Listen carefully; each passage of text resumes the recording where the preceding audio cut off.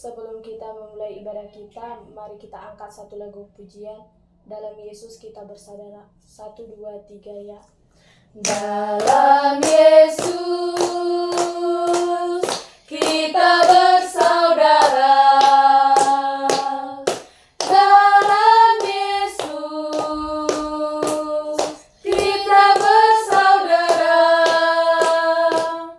Dalam Yesus kita bersaudara sekarang dan selamanya. Dalam Yesus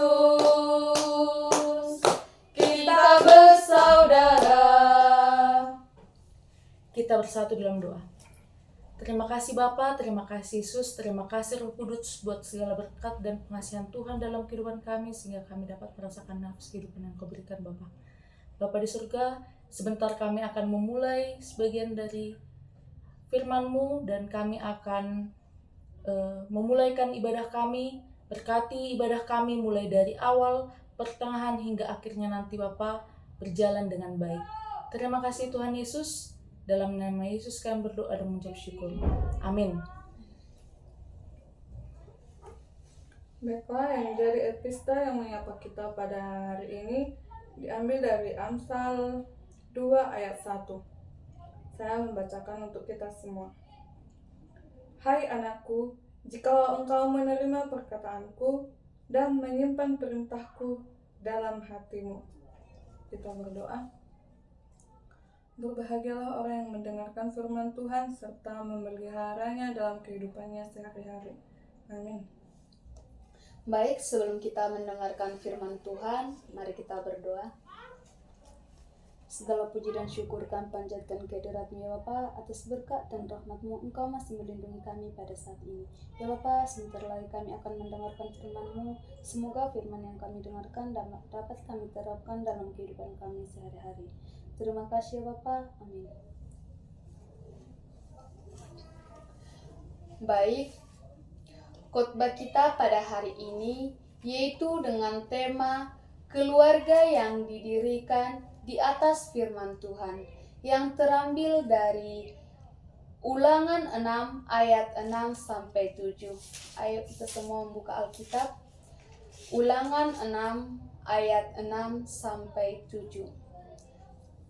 Mari kita sama-sama untuk membacakannya. 1, 2, 3 ya. Apa yang kuperintahkan kepadamu pada hari ini haruslah engkau perhatikan.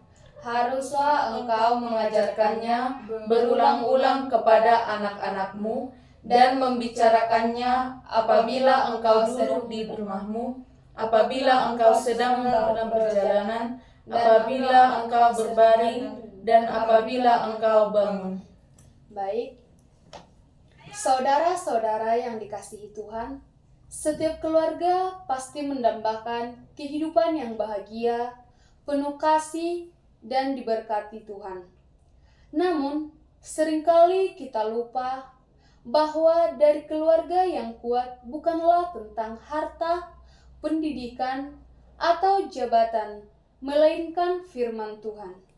Dalam Ulangan 6 ini, Tuhan berbicara kepada bangsa Israel agar mereka mendambakan firman Tuhan kehidupan keluarga mereka. Ini bukan sekedar perintah, tetapi juga kunci untuk membangun keluarga yang takut akan Tuhan dan tetap kokoh dalam setiap keadaan. Seperti rumah yang berdiri di atas batu karang, demikianlah keluarga yang hidup berdasarkan firman Tuhan tidak mudah goyah oleh badai dan masalah. Firman Tuhan harus diperhatikan dan dihidupi. Tuhan berkata, apa yang kuperintahkan kepadamu pada hari ini haruslah engkau perhatikan. Artinya, kita tidak cukup hanya mendengar atau membaca firman Tuhan, tetapi juga kita harus memperhatikannya dengan sungguh-sungguh dan menghidupi.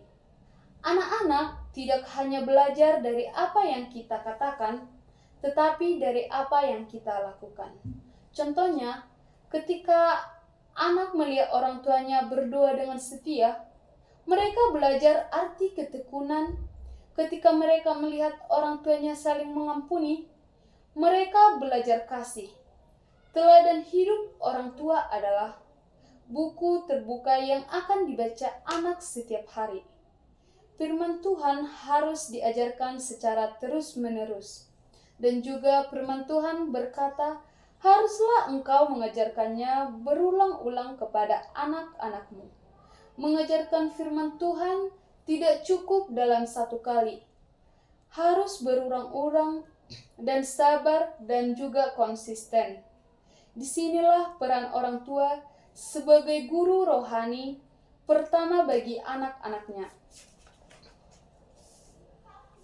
Contohnya kita sebagai orang tua, contohnya pada saat pagi hari, sebelum anak-anak berangkat ke sekolah, kita bisa mengajak mereka untuk berdoa secara singkat dan juga mengucapkan salam. Saat makan bersama juga, ajarkan kepada anak untuk selalu bersyukur kepada Tuhan. Firman Tuhan dibicarakan dalam segala situasi hidup. Apabila engkau duduk di rumahmu, apabila engkau sedang dalam perjalanan, dan apabila engkau sedang berbaring, dan apabila engkau sedang bangun. Artinya, firman Tuhan tidak hanya untuk hari Minggu di gereja, tetapi harus menjadi bagian dari gaya hidup setiap hari. Di rumah, di jalan, bahkan dalam kesibukan, Tuhan ingin agar firman-Nya selalu menjadi pembicaraan utama. Contohnya, saat dalam perjalanan bersama keluarga, kita bisa berkata, lihatlah langit yang indah ini, Tuhan yang menciptakannya. Betapa baiknya Tuhan kepada kita.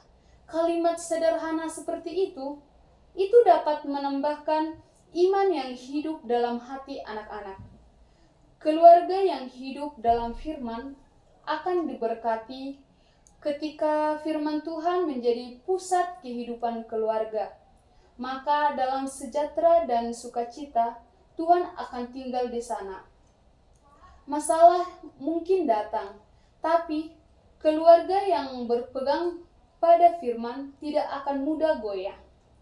Baik, yang menjadi penutup kita dalam khotbah ini yaitu, saudara yang dikasihi Tuhan, mari kita kembali menjadikan firman Tuhan sebagai pusat kita di dalam keluarga kita. Janganlah biarkan teknologi, kesibukan, atau dunia modern bisa mengalihkan kita dari tugas utama kita. Kita harus mendidik anak-anak dalam kebenaran dan juga memulai hal-hal dari yang terkecil. Baik, sekianlah khotbah pada hari ini. Mari kita berdoa. Puji dan syukur kami panjatkan kehadirat-Mu ya Bapa. Atas berkat dan rahmat-Mu, Engkau masih melindungi kami pada saat ini. Ya Bapa, kami sudah mendengarkan sebagian dari isi firman-Mu. Semoga firman yang kami dengarkan pada saat ini dapat kami terapkan dan kami tanamkan dalam kehidupan kami sehari-hari. Dan juga ya Bapa, berkatilah keluarga kami, dimanapun mereka berada, berikan kesehatan dan panjang umur. Engkau tahu ya Bapa, kami anak-Mu tak luput dari dosa. Hapuskanlah dosa-dosa kami, agar berkat yang Kau berikan kepada kami tidak terhalang. Terima kasih ya Bapa. Amin.